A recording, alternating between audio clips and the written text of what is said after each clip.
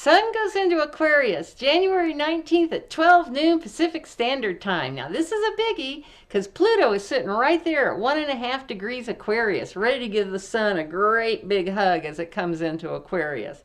So the Sun's going to be leaving Capricorn, cardinal Earth, that's a sign of ambition, career, practicality, and materialism, into Aquarius, which is fixed air, the sign of the humanitarianism, but they can be kind of cool and detached too.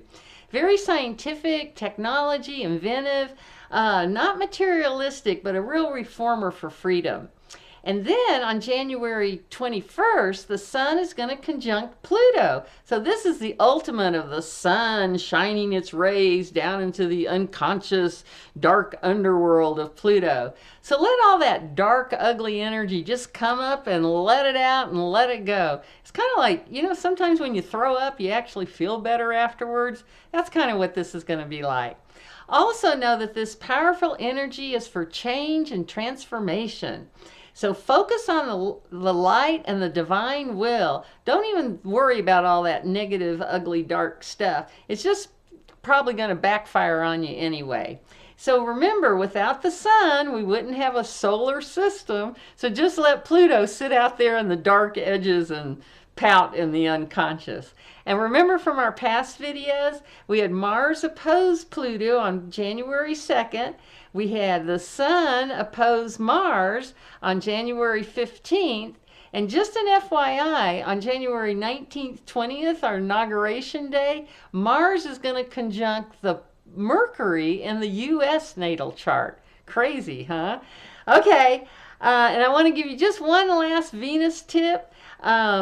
And there's more on this in the extended version, but on Saturday, January 25th, Venus in Pisces is going to trine Mars and Cancer, both water. So if you have a partner, this would be a great time to plan a weekend away, or maybe Cancer, just stay home in bed all weekend. And if you're single, do something fabulous and beautiful for yourself. Get a massage, maybe go out and buy something Venus and Pisces beautiful for your home in Cancer, or do something spiritually uplifting. Go to a concert or one of those really cool sound baths. So anyway, hopefully I'll see you in the extended version, and if you just hit that related video, it'll get you there. All right, bye! Welcome back to the Magical Mystery School, and thank you so much for coming to the extended version of Sun in Aquarius 2025. And thank you so much for everyone that's been subscribing and giving me likes and comments. Even if it's just a little emoji, I love it. It super helps my channel, and I super appreciate it. So, and I also wanted to mention with this new current event format that I'm doing with the shorts and the extended versions, I decided I think I'm going to go for doing them once a week. So, and I'm going to shoot for like Thursday, Friday, Saturday, somewhere in there. So I'll do a new moon and a full moon, and then there's always something fun going on in between. So that shouldn't be any problem at all either. And I also wanted to mention, I am going to keep up, though, the teaching aspects, because I really want you to know how to apply astrology to your own chart and just in your own life. It doesn't have to be, you know, this big, hard thing, you know. So I'm trying to really make astrology accessible to everyone. Okay, I'm going to put you on pause for a minute, and we'll look at the wheel. Okay, here we go. Sun into Aquarius, January 19th. Now, the first thing I want to do is I just want to put good old Pluto up here, because Pluto's sitting here at 1.5 degrees Aquarius. So it's kind of, you know, it's like the bass beat, you know, it's the drum beat in the background here, keeping us, you know, it's always there whether we're that aware of it or not. Now, like I said, it's like at 1.5 degrees of Aquarius. And just to let you, to tell you how slow it goes, it's going to move up to about 4 degrees Aquarius, but because of retrograde motion, by December of 2025, it's only going to be at 2 degrees of Aquarius. So you can see how slow. It really does move. Now, here comes the sun, and here comes the sun. Okay, it's going to be going from Capricorn into Aquarius, like I mentioned in the shorts. And it will be actually conjuncting Pluto on January 21st, right? And this is also exciting with our inauguration here going on in the States. But the first thing I wanted to remind you all about is the modalities. Now remember, Aquarius is fixed air, so all the other fixed signs are going to be experiencing Pluto, and especially those at the very beginning of those fixed signs. So I would say, for example, for Aquarius people, anyone born, just as, have 1 or 0 degrees of Aquarius, right at January 19th or 20th, it can vary every year, but not too much. To say the 1st of February, that'd be about the first 10 degrees. You're experiencing Pluto up close and personal, right? Now, the other fixed signs are Taurus, Leo, and Scorpio. So just to remind you, it goes cardinal fixed mutable, cardinal fixed mutable, cardinal fixed mutable, cardinal fixed mutable. So those signs are all going to be experiencing Pluto too. So it's not just Aquarius. There's other signs in there too. So if you're at the beginning of Taurus or the beginning of Scorpio, the beginning of Leo, you too are experiencing Pluto up close and personal too. So, this can be more of a struggle, okay? You're still going to be changing and making, going on, making changes in your life and that kind of thing, but they might come in a more, Pluto way, but like boom, it kind of knocks you on the head instead of being very polite about its wanting to make some changes. Whereas if you're associated through the element, now this is air, so Gemini is air and Libra is air, so it goes fire, earth, air, water, fire, earth, air, water, fire, earth, air, water. Okay, so you're going to be experiencing this with a trine, which is much more comfortable, easy type energy. I should put that on the center. So again, people who are at the beginning of Gemini or the beginning of Libra, you're going to be making these same drastic big changes, but it's going to come in a little bit more easy, supportive way. Typically, people sometimes people can miss trines in their chart and just kind of go, oh, I'll do it tomorrow. No, if you've got some big changes going on, take advantage of that Pluto energy. Dig deep and make those changes. Now, I also wanted to mention the sextiles, because remember, air and fire work well together, just like earth and water work well together. So when we have Aquarius, fixed air, when we look to the fire signs closest to it, just one sign away, Sag, mutable fire, Aries, cardinal fire, what we've got going on there is a sextile, or a 60-degree aspect, and that's going to be very, actually give us kind of some opportunities. Some astrologers actually like sextiles better than a trine because people actually move and do something with it instead of just letting it slide by, basically. So I did want to kind of give you a heads up on that. And that's kind of what this sun is doing. It's triggering this Pluto right now. So sometimes Pluto will recede back into the background, but for right now, with the sun on it, we can see what's happening. Now, I also wanted to mention Venus and Mercury, because Venus is in Pisces right now, but it has, on December 7th, it actually conjuncted Pluto, and went into Aquarius all on the same day. So you can see there's sort of a similarity there. And Mercury is in Capricorn right now. I'm just going to put him right there. But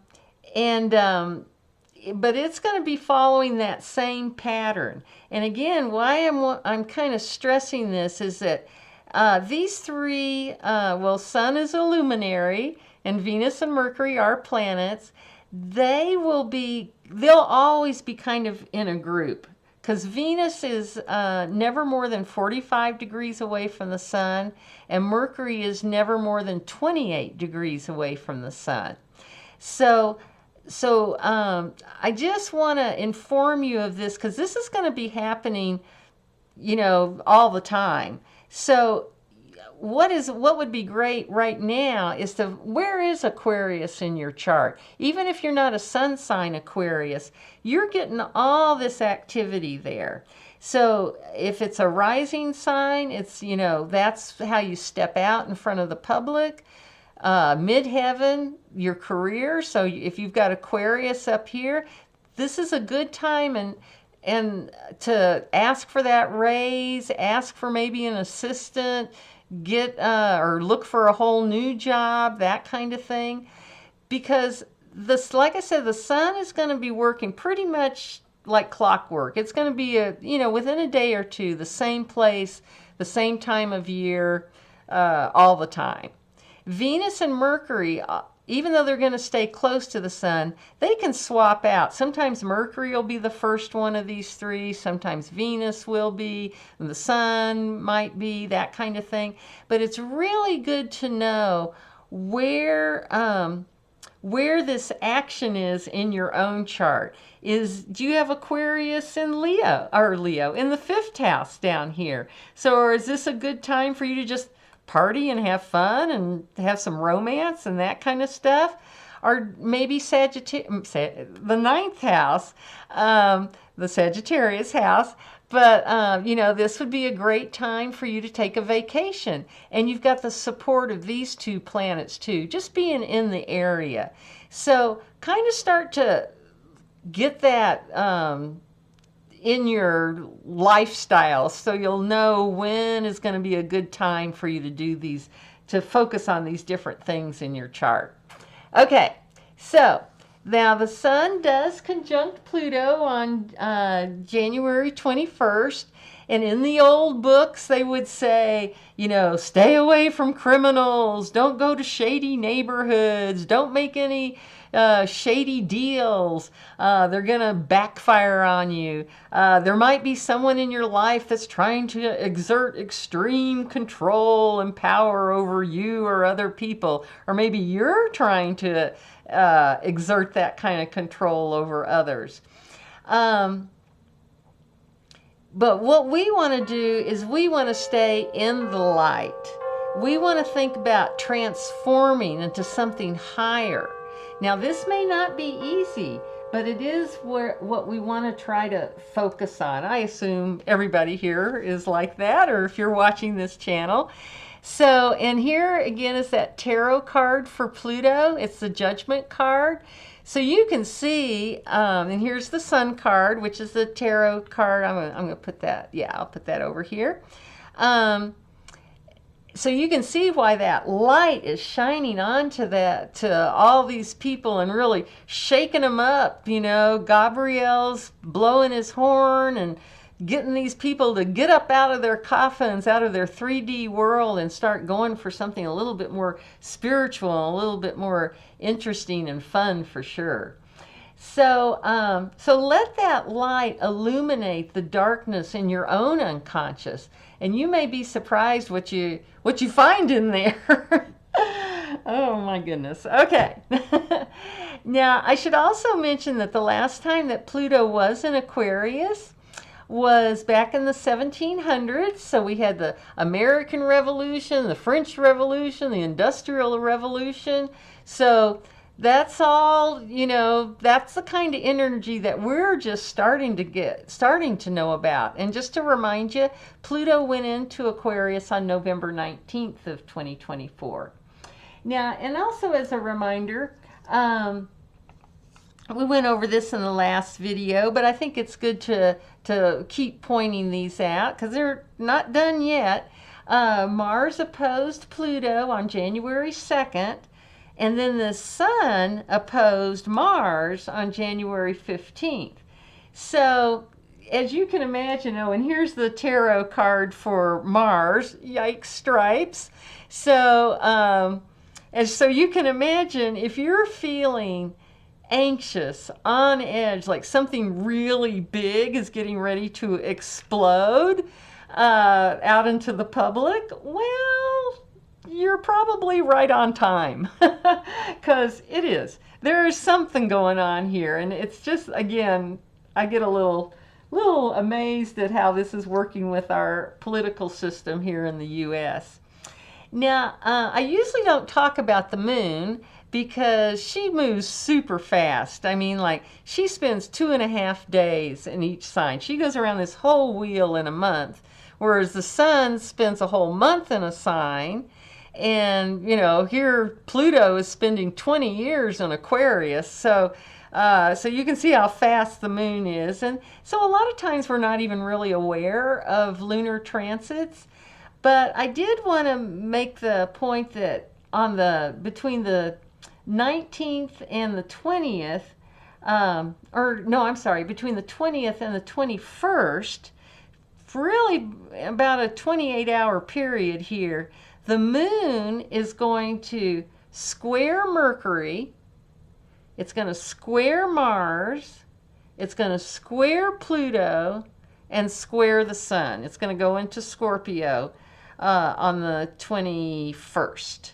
So that's another real trigger, right? And now on an individual chart, we think of the moon as being our innermost secrets. It's kind of what we keep hidden from other people.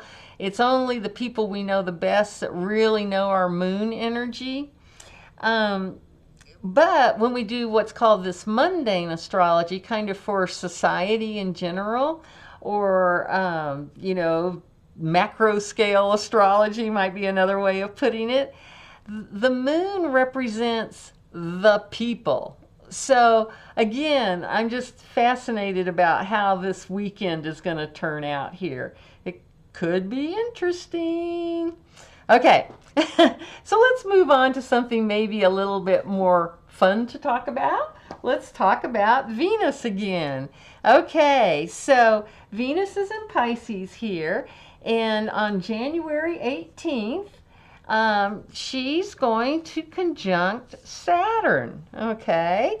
And again, so she's triggering Saturn, because if you remember back on December 24th, we had, oh, there's a little star. We had Saturn squared Jupiter in Gemini, okay? And that's, you know, here we've got mutable square, right? And now Venus is coming along to trigger this. Now she squared Jupiter on January 14th. She'll be conjuncting Saturn on the 18th. And, you know, the way I kind of see this is that, you know, and one of the square energy about Venus and Jupiter is you do too much. You get too, you overindulge and that kind of thing. Whereas Saturn sort of keeps the lid on things and kind of gets us back to reality and stability and all that kind of stuff. So the way I'm seeing this is that week, or I guess that's this week, you may be experiencing, you know, maybe you're getting ready for a dinner party, or maybe you're trying to impress someone at a dinner party or family or something like that. And you're making this great meal and picked out this great wine, Venus square Jupiter, and then here comes Saturn, and when the party starts, people are like, I don't eat fish, and you just fix this fabulous salmon dinner, right? Oh, okay. Oh, I don't drink wine. I only, you know, and here you picked out this really expensive wine or something like that. So just be prepared with Venus, Saturn, that there might be a little disappointment going on. And remember too, Venus also rules money too. So maybe there's an investment or, something like that that might not live up to what you were hoping for. And also just to remember to go back, so Venus is triggering this Saturn-Jupiter square, and even though this happened on December 24th, if it's exact, it's still only 4 degrees away, so it's well within orb. And just remember now the sun's going to come up behind this, and then Mercury's going to come back up behind this, and kind of doing the same thing basically. Or not the same thing, but triggering that aspect again. Now, another one that I want to mention that's also on January 19th is Mercury is going to be sextiling this Venus-Saturn conjunction. Okay, so Mercury's in Capricorn, and this is happening about 15, 16 degrees. So, and Pisces is water, so we got that earth water, so we've got that sextile going on. And Mercury is communication. So if you do have something that kind of struggle or something not that pleasant comes up with this Saturn-Jupiter square, just remember you're going to get this Mercury sextile. So that'll be a great day for you to talk about it. If you do have anything difficult going on in a relationship in particular, I'm thinking this would be with Mercury sextiling this Venus-Saturn. It might not be a fun conversation. It may be you're discussing tough issues and that sort of thing. But this will be a great time for you to get those tough issues out, and it'll really be one of the best times. You don't want to do it like with a Mercury square, a Mercury sextile, and in all this earthy, settled energy with Saturn there. It should go pretty good. Difficult, but the results will be good.